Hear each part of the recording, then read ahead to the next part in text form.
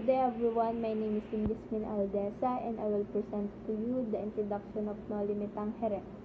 Noli Me Tangere is the first novel of Jose Rizal that exposes the abusive and inequality of the Spanish Catholic friars and the government official during his time. Alam nga naman natin kung paanong hirap ang dinanas ng mga Pilipino nung nasa kamay pa sila ng Espanyol. And this two novel is boldly exposed the criticized Philippine social life during 19th century and it considered as the greatest Filipino social documents. Bakit nga ba naging social documents ang nobelang ito? Dahil ito ay naglalaman ng mga isyong panlipunan, pampolitika at pang-aalipin na dapat nating malaman. Ang Noli Me Tangere ay nakailalim rin sa Republic Act 1425 or kilala nating Rizal Law. Ano nga ba ang Rizal Law? Rizal Law is a Filipino law that mandates the teaching, life, works, and writings of Jose Rizal in all public and private educational institutions. Sinulat din ang Noli Me Tangere ni Rizal dahil sa tatlong paring martir na kung saan pinatay sila sa panggagarote. At tatlong paring martir ay yung Bumbursa na sina Mariano Gomez, Jose Burgos at Jacinto Zamora. Isinulat din ng Noli Me Tangere upang mamulat o malaman ang kalupitan ng mga Kastila at matuto rin ang mga Pilipino ipaglaban ang kanilang karapatan at ang kanilang bayan. Noli Me Tangere is originally written in Spanish language. Bakit nga ba nakasulat ito sa Spanish language? Dahil gusto ni Rizal maipakita ang kabulukan at katiwalaan ng sistemang kolonyal at pagdurusa ng mga Pilipino. Noli Me Tangere is the Latin word. Sa English naman is touch me not. Kung sa Tagalog ay wag mo akong salingin or wag mo akong hawakan. Na hango sa Ebanghelyo ni San Juan Bautista. Tinulad niya ito sa bulok na lipunan na nagpapahirap sa buhay ng isang tao. Ang Noli ay madalas na social cancer sa English translation. So bakit nga ba? Kasi ang Noli Me Tangere ay naglalaman ng isyong panlipunan or kung saan pinapakita rito ang kahirapan ng lipunan. Noli Me Tangere is taken from the Bible chapter 20 and verse 17. When Mary Magdalene holds on to Jesus and he tells her not to touch him. Doon nakuha ni Jose Rizal yung title na Touch Me Not na translate niya lamang sa Latin word na Noli Me Tangere.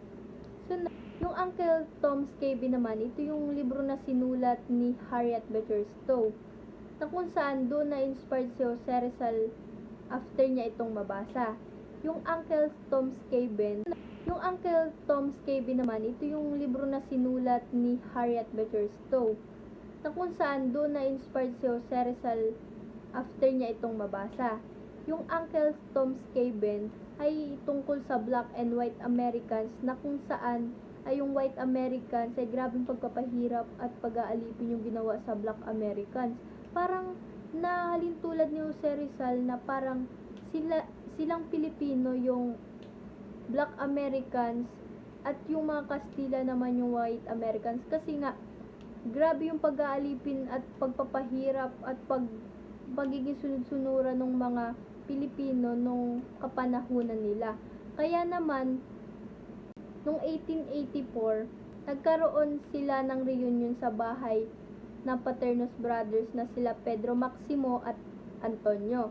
Kasama rin nila si Graciano Lopez Haina, Evarista Aguirre, Eduardo Dilete, Milicia Figueroa, Valentin Ventura at Julio Llorento at dun sila nagsimulang magkasundo na sumulat as a group.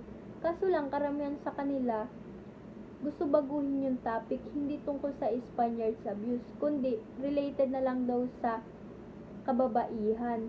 Kaso nag-walkout si Rizal kasi nga gusto niyang ipakita yung pang-aalipin ng mga Spanish sa mga Pilipino. At naisip niya, siya na lang ang susulat mag-isa ng nobela. At ito na nga yung Noli Me Tangere. Of the Noli Me Tangere.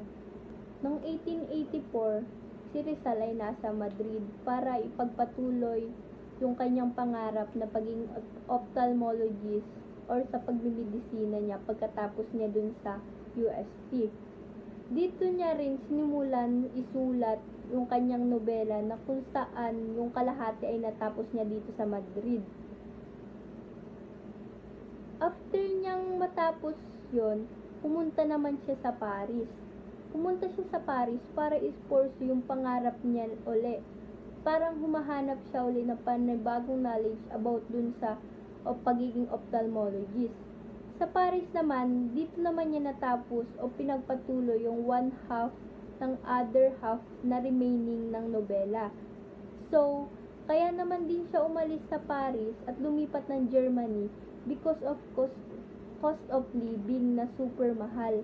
Super mahal ang cost of living niya sa Paris. Kaya, next naman ay lumipat siya sa Germany. Lumipat uli siya para makapag-gain uli siya ng new knowledge dun sa pagmimedisina niya. Kasi gusto niya talagang gamutin yung sakit ng nanay niya dito sa mata or yung katarata. Kaya kita mo sa kanya yung eagerness na mag-aral at makalap ng knowledge tungkol sa sakit ng nanay niya. Doon naman sa Germany, doon niya rin natapos yung other 1/4 na remaining ng nobela. And sa Wilhelmsfield, noong April to June 1886, kung saan doon niya natapos yung 2 last chapter ng nobela or nung No Limitang Here.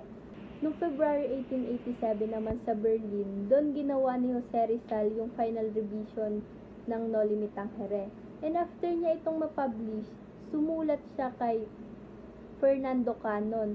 At base dun sa sulat, I did not believe that No Limitang Here would ever be published when I was in Berlin. Broken-hearted, weakened, and discouraged from hunger and deprivation, I was at the point of throwing my work into the fire as a thing of course and fit that only die. That time kasi pinanghihinaan na siya ng loob. Dahil during that time, wala na talaga siyang pera, sobrang payat na niya, kaya hindi niya akalain na mai-publish niya ito. So, si Dr. Maximo Viola, siya yung nakapagsalba ng No Limitang Here dahil siya yung nag-finance para ma-publish ito. Siya yung isang mayaman na kaibigan ni Rizal na nakatira sa San Jose, Bulacan. Base po sa nabasa ko, saka naging ready na i-print yung No Limitang Here. Doon nawala ng pera si Jose Rizal at doon rin siya nawala ng budget para makapagpa-print. Pero buti na lang nandyan si Maximo Viola para pahiramin siya ng pera. Pero bago siya makahiram, naisip niya na itapon niya na raw lang yung manuscript ng No Limitang Here sa isang pugon dahil sobrang pinanghihinaan na siya ng loob. Kaya naman kinontak niya si Maximo Viola through telegram para makahiram ng pera para sa pagpaprint nung mga chapter o yung buong novel nung No Limitang Here. Para sa pagpaprint nung nobela. Sa Berliner Volksdrucke Action Gesellschaft naman, dito naman pinablish yung No Limitang Here kasi dito sa shop na to, ito lang yung nag-o-offer ng lower rate of printing nang nagkakahalaga ng 300 cost of printing, yung 2,000 copies.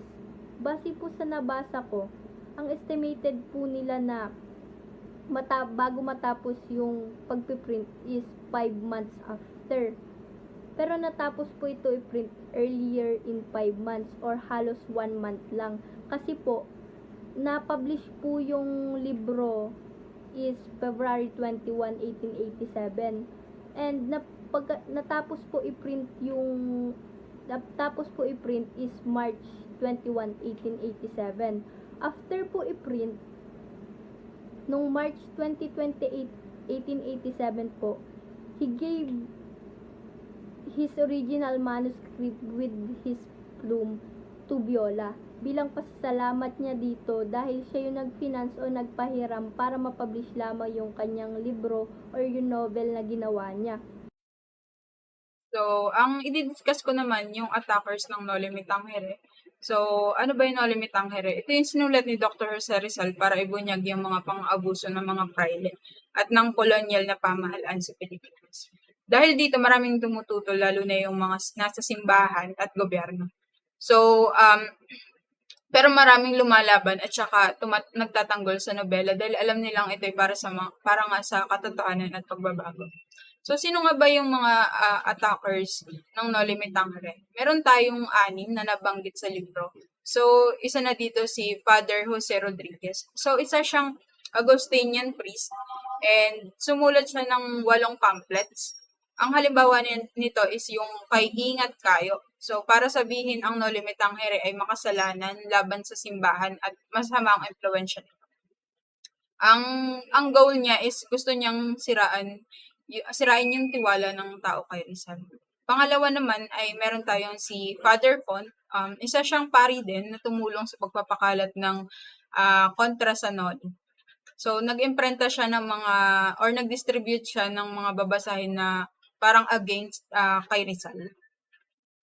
And then, meron naman tayong kasunod natin is si General Jose de Salamanca. So, isa siyang opisyal ng militar. And isa rin siyang kritiko ng nobela. And panig siya kumbaga kumakampi siya sa mga praile. So, ang kinikriticize niya yung nobela ni Rizal na Noli Me Tangere and sinasabi niya na mali yung mga nakasulat doon. And then kasunod natin is si General Luis M. D. Prado. Isa siyang Spanish military official na kinokontra din yung Noli Me Tangere. Kasunod naman natin is si Senior Fernando Vida. Isa siyang intellectual na tutol sa mga ideya ni Rizal na nakasulat dun sa Noli Me Tangere. And last natin si Vicente Barrantes. Isa siyang Spanish academician sa Madrid and sinulat niya yung negative article laban sa Noli Me Tangere sa